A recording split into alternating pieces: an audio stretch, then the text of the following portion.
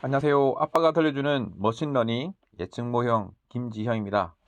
구독자 요청이 있었는데요. 제가 약간 헛고생을 하긴 했습니다. 근데 어쨌든 답변을 드리려고 합니다. K-fold 크로스 밸리데이션에 관계된 내용이고요. 왜 제가 유튜브로 답 올리는지도 설명드리겠습니다. 이 내용도 설명드리고 업데이트된 것도 설명드리고 약간 중구난방입니다. 근데 좀 관심 있는 분들은 그냥 다 들으시면 되겠습니다. 아모라 이런 분이 제가 옛날에 올렸던 블로그 글에다가 로지스틱 회귀 분석 후에 ROC 커브를 그리는 거에 대한 블로그가 있었는데 그 블로그 글에다가 댓글을 추가하셨대요.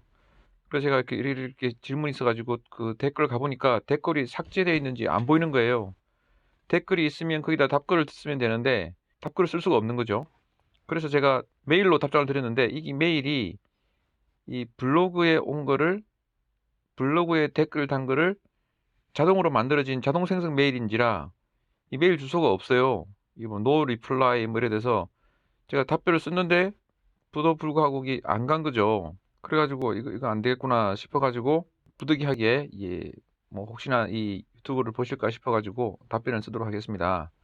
질문을 보면 SPSS에서 뭐 하면서 ROC를 그렸는데 그 리샘플 해라고 했고 리샘플 하는 것 중에서 제일 대표적인 게 이제 K-폴드 크로스 밸리데이션이잖아요.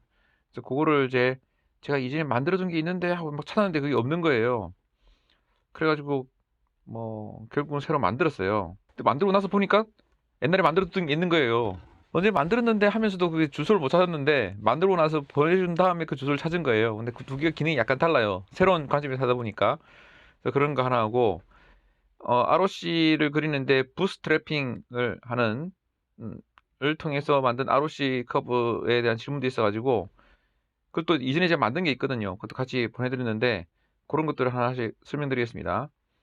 그리고 부스트래핑 한 데이터셋이 생성되지 않습니다고 했는데 그 부스트래핑을 하게 되면 뭐 한 번에 뭐 100개, 1000개 이렇게 한번 하기 때문에 그 데이터를 생성한다고 보통 잘 하지 않을걸요. 그냥 그렇게 생성된 데이터가 어딘가 이제 공간에 있는 거고 그걸 이용해서 그냥 결과물을 도출해내는 거죠.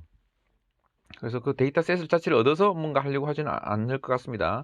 저희 통계 포털에 오시면 데이터 시각화가 이만큼 있고 여기 보면 이제 메타 분석에 대한 게 두 개 있고 머신러닝에 대한 게 한 개 있거든요. 이 주제는 머신러닝에 관계된 주제니까 여기 들어가 보겠습니다. 그래서 머신러닝과 관계된 게 많이 있는데요. 그 중에 로지스틱 리그레이션을 하셨고 그에 대해서 prediction from logistic cross validation이 이게 이전에 만든 건데 제가 깜빡이고 이거 있는지 못 찾았던 거예요. 이게 새로 만든 거예요. 그래서 이걸 먼저 새로 만든 것부터 소개하겠습니다. 옛날에 만든 것도 약간 소개하고 이제 새로 만든 거 어제 만든 거 이 데이터가 있는데 예제 데이터에 보면 이벤트가 있어요. EVENT. 그래서 이벤트가 0과 1로 돼 있고 로지스틱 리그레이션을 하기 딱 좋게 돼 있죠. 그러면 이제 뭐 다양한 크로스 밸리데이션 방법 중에서 크로스 밸리데이션을 했고 그 넘버는 10이에요. 다른 것들은 사실은 뭐 각각 공부해야겠죠. 크로스 밸리데이션은 인터넷에 이미 많이 나와 있어요. 그게 뭔지 어떻게 하는지는. 그래서 제가 설명하지 않을게요. 그래서 폴더를 10개의 폴더를 만들어서 적용하게 되면 이렇게 크로스 밸리데이션 한 결과가 나오고요. 그게 이제 몇 가지 형태를 볼 수 있도록 이렇게 만들었어요. 그래서 예를 들면 이제 각 그 10개를 만들었으니까 10개로 나눠지겠죠. 그것을 한 밸리데이션 한 결과들이 이렇게 나오는 거거든요. 폴드 1, 2, 3, 4, 5 이렇게 돼 있잖아요. 요즘 10이 요거거든요. 알기 위해서 그 성격을 알기 위해서 2, 4, 5, 4, 5, 7, 5죠. 이거를 9로 바꿔봐요. 9로 바꾸면 이제 9개 등분하는 거거든요. 다시 10으로 바꾸게 되면 이 숫자가 달라져 있어요. 잘 모르니까 5, 4, 6만 볼게요. 다시 9개 다시 하면 5, 4, 6에서 5, 9, 6으로 바뀌었죠. 자, 왜 이런 일이 생기냐면 이건 할 때마다 랜덤하게 바뀌는 거예요. 여러분의 데이터를 업로드 하더라도 그럼 매번 똑같은 데이터를 만들어주지 않거든요. 왜냐면 이 크로스 밸리데이션 10개의 폴더로 나눈 것은 10개의 폴더로 나눈 자체가 랜덤하게 안 나눠진 거기 때문에 그래요. 어떤 사람들은 이 랜덤하게 만들어서 계속 바뀐다는 자체에 대해서 스트레스를 받거든요. 그럼 항상 정답이 없는 거 아니야? 그게 정답이 없는 게 정답이에요. 그러니까 우리가 데이터를 얻었어요. A라는 수술을 하고 또 B라는 약을 써서 어떤 데이터를 얻어서 그 데이터를 가지고 분석을 하죠. 근데 그것이 일정하지 않다는 거예요. 이번에 내가 얻은 데이터는 2023년 1월 달에 얻어낸 데이터고 1년 뒤에 또 다른 환경에서 다른 환자를 대상으로 다른 시점에서 데이터를 얻기 때문에 또 달라지는 거거든요. 그러니까 내가 얻어낸 데이터조차도 정답이 아니고 정답에 가까운 어떤 샘플된 데이터라는 성격이 있는 거죠. 그렇기 때문에 항상 틀릴 가능성이 항상 있는 거예요. 만들어낸 데이터, 1년 뒤에 만들어낸 데이터도 역시 내 거랑 동일하지 않을 가능성이 있고, 한국에서 시행한 것이 미국에서 동일하지 않을 가능성이 있고, 내가 했던 그 실험의 결과가 부산에 있는 다른 선생님이 했을 때는 또 다른 결과가 있을 수 있다는 걸 인정하셔야 돼요. 그것이 이 정답이에요. 그러니까 여기 텐폴드도 매번 할 때마다 달라진다는 거를 이해하시면 되겠습니다. 그래서 뭐 텐폴드 크로스 밸리데이션 자체는 워낙 블로그에 많이 나오니까 검색해 보시면 좋겠고요. 이게 이제 이번에 만든 거고 이전에 만든 게 이거였어요. 이것도 뭐 괜찮은 건데 이제 이게 필요 없다고 생각하고 요 단계를 지나서 만든 게 요거거든요. 이걸 한번 볼게요. 이것도 알아두면 좋으니까. 이게 사실은 뭐 어떻게 보면 더 좋다고 할 수 있죠. 이 데이터가 있습니다. 예제 데이터가 있고 이벤트가 0과 1로 돼 있죠. 이렇게 해서 로지스틱 리그레션을 돌립니다. 로지스틱 리그레션 돌려서 트레인 리절트가 이렇게 있는 거예요. 이렇게. 근데 이거를 크로스 밸리데이션 하는 거죠. 크로스 밸리데이션 하게 되면 아까 보셨듯이 10개의 어떤 폴더로 나눠요. 이렇게 탁탁탁탁. 10개의 그 세트로 나눠가지고 그거 가지고 막 밸리데이션해서 뭔가 새로운 모델을 만들어낸 거예요. 좀 더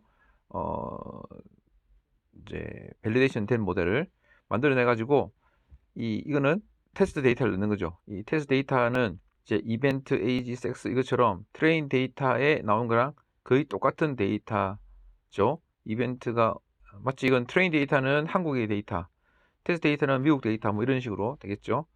그렇게 되는데 이 테스트 데이터를 맞춰보는 거예요. 트레인 데이터에서 테스트에 맞추는 거죠. 크로스 밸리데이션까지 한 거. 그래서 프레딕트 리절트를 하게 되면 샥 이렇게 맞춰지는 거죠. 그리고 이게 한 테스트의 결과는 다운로드 할 수가 있습니다. 그래서 이런 식으로 텐폴드 크로스 밸리데이션 한 이후에 다시 프레딕션까지 해서 그 결과를 다운로드 받는 거를 이전에 만들었거든요. 이것도 뭐 필요하시면 쓰시면 되겠고요. 그 다음에 이제 어제 질문한 것 중에서 여기 이제 부트트랩을 이용한 ROC 커브를 그리는 건데 이 질문을 보면 멀티 베리어블로 만든 돼서는 안 된다. ROC 커브를 했는데 멀티 베리어블을 만든 모델을 만들어서 그 프레딕션 값을 찾고요. 그 프레딕션 된 값을 찾아서 여기다 넣으면 되겠습니다.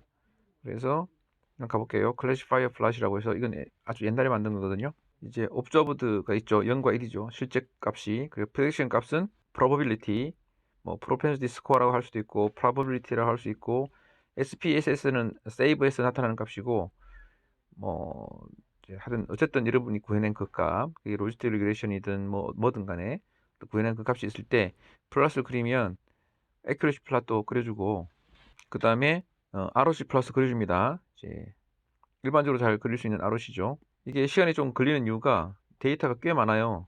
총 몇 개인지는 모르겠지만 여기 꽤 많거든요. 그래서 이 ROC 플랫도 조금 시간이 걸립니다. 근데 이 부트트랩 ROC를 하게 되면요 훨씬 더 많은 시간이 걸려요. 당연하죠. 조금 전에 이게 AUC가 75.3이었잖아요. 그리고 CI가 이 정도였는데 부트트랩을 하게 되면 조금 달라질 겁니다. 거의 비슷하네. 그래서 어쨌든 이게 이제 부트트랩을 하기 때문에 이렇게 해서 이제 부트트랩을 한 ROC를 그렸는데 기존에 갖고 있던 질문에 해당 질문을 주셨는데 부트트랩을 한 ROC를 그려라. 그러면 이걸 통해서 그릴 수 있겠습니다. 그래서 질문에 대한 답변이 되었을 것 같고요. 각각 이용하셔가지고 사용하시면 되겠습니다.